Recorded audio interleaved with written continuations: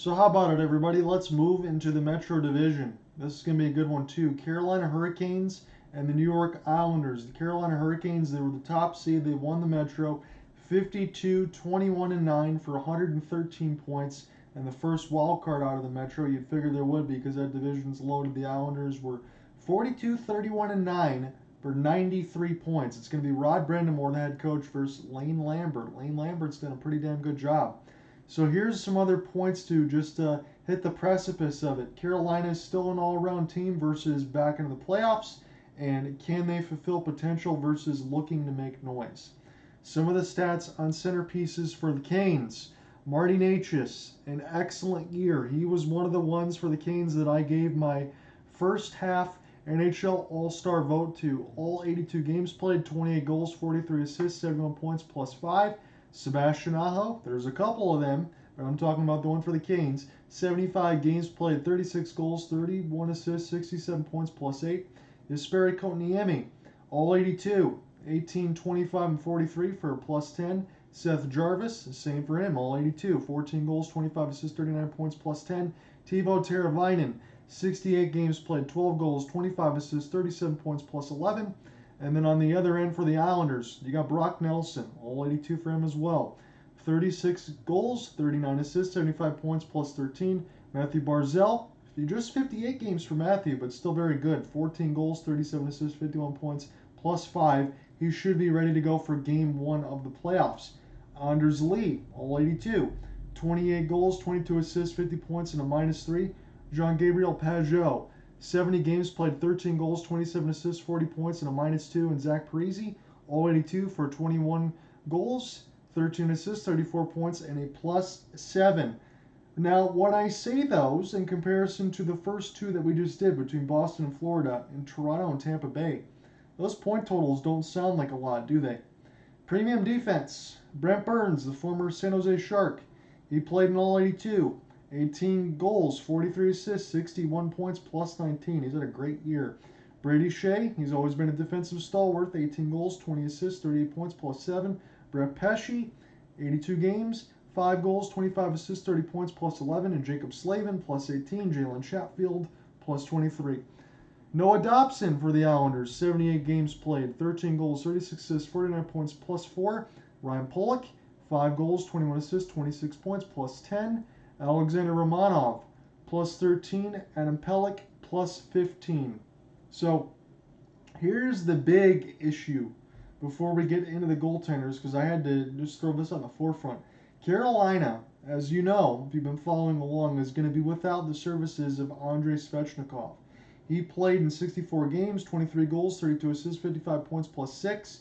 ACL tear. He's going to be done for the playoffs. He's going to be done for most of next year. I don't even think we will see him until March of 2023, it sounds like, or even beyond.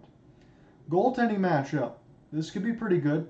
Freddie Anderson, 34 games played, 21, 11, and 1 with a .248 and a .903 save percentage. Antti Ranta, he's been very good for the Canes. He's been arguably their best goalie, the backup. 27 games played, 19, 3, and 3. He had his taste of postseason action last year with the injury to Freddie Anderson. He was .223 goals against, .910 save percentage, and 4 shutouts. Your wild card, Peter Kochetkov. You still got to throw him out there because he might even see some time given the injuries that usually happens. Kochetkov, 24 games played, 12, 7, and 5, .244 goals against, .909 save percentage, and 4 shutouts. You remember Kochetkov in the month of December and January, he had about 3 shutouts in a row, or at least 3 out of 4 games, and then he kind of cooled off a little bit. But you know he's going to be the future netminder here for the Canes. So for the Islanders, here's where it gets very spicy. Ilya Sorokin. If it wasn't for Linus Ullmark, you could be thinking about Sorokin as a Vezina candidate first ballot. He's going to be on the docket, but he's not going to win it because of Ullmark.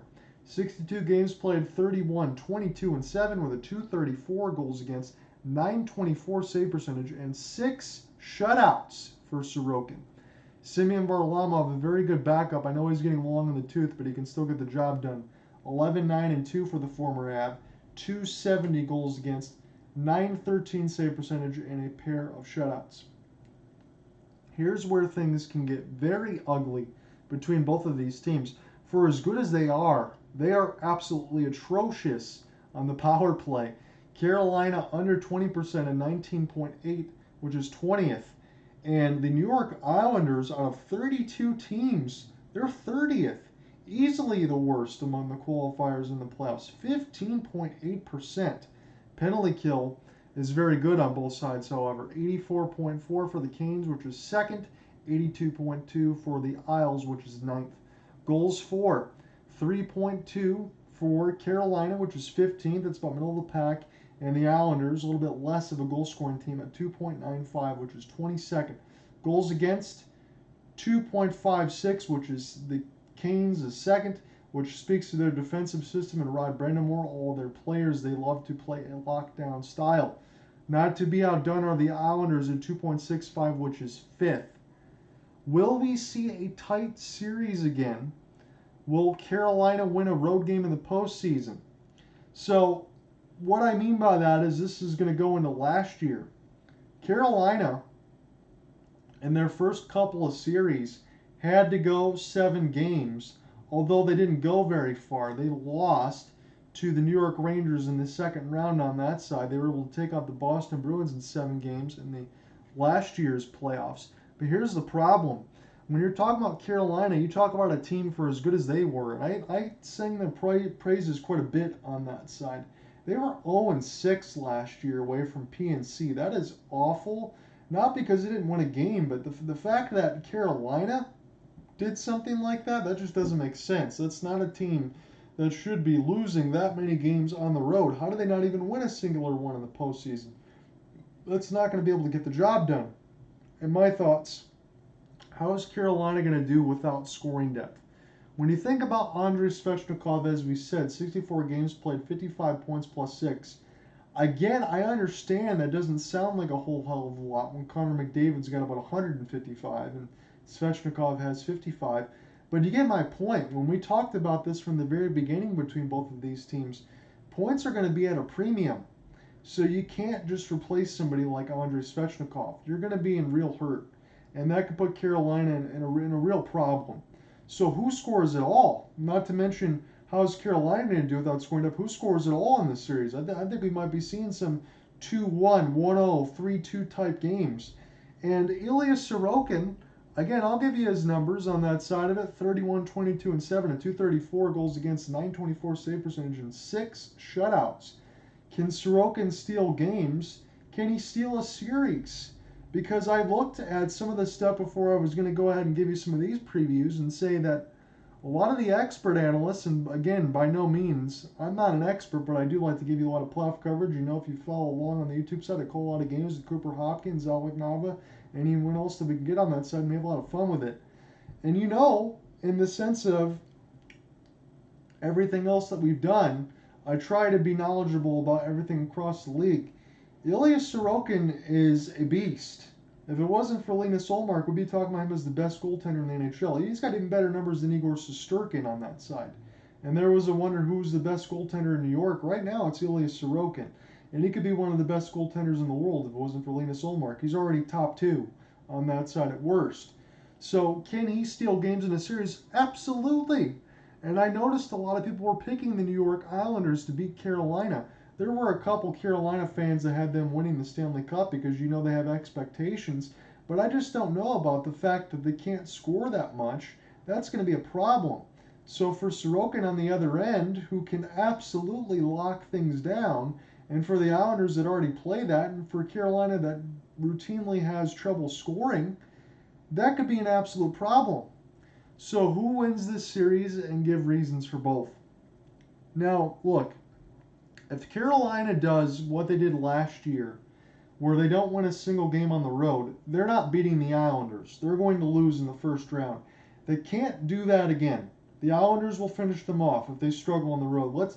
Let's say they lose 2 games on the road. That could be it at that point. So if Carolina struggles on the road, they're done. The only way I see Carolina being able to do the same things that they do is this is a style that makes fights and 2 teams play the same style.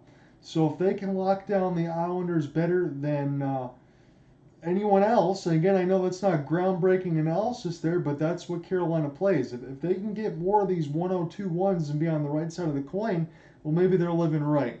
And maybe they can win the series in 6.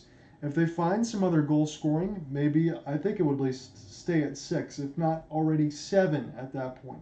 Carolina's going to have to find some goals here, and they're going to have to be able to test Ilya Sorokin. If they can't do that, they're going to be in a problem, and they're going to have to live on the right side of fingernail biting of 1-0, 2-1, 3-2 type games.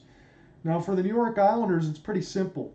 When you're thinking about some of the other pieces, and now you got Bo Horvat that was also picked up by Lou Lamoriello, and you have Anthony Beauvillier that moved on over there, but Bo Horvat is pretty good on that side. When you're thinking about the return of Mathew Barzal and Anders Lee and Brock Nelson, there's some pieces in there. I know Pelech and Pulock didn't have flashy years, but that defense has always been good. And I can understand and tell you why. That the Islanders are poised for an upset. Their offense might not be so great, but their defensive core is just as good as Carolina's at times. I understand the system might not be as disciplined, but they have pieces that can get it done. When you have all the same defensive stats and you're in a game that's a coin flip all the time, who's to say the arena at UBS won't be rocking after having a new building and not seeing that team in the postseason? Ilya Sorokin can do it. He's the best goaltender in the series. And even if there's injuries there, both of these backups in between Antti Ranta or Semyon Varlamov can be really good. But I think this series is going to be too close to call. And I think if you're going to pick a winner either way, you would take 7 games. So I would still take 7 for the Hurricanes. I would still take 7 for the Islanders. But really, this one to me is an absolute coin toss. And it just depends on how you feel for the day. If Carolina, again, struggles on the road like they did last year, this series is done, and they'll be done in the first round.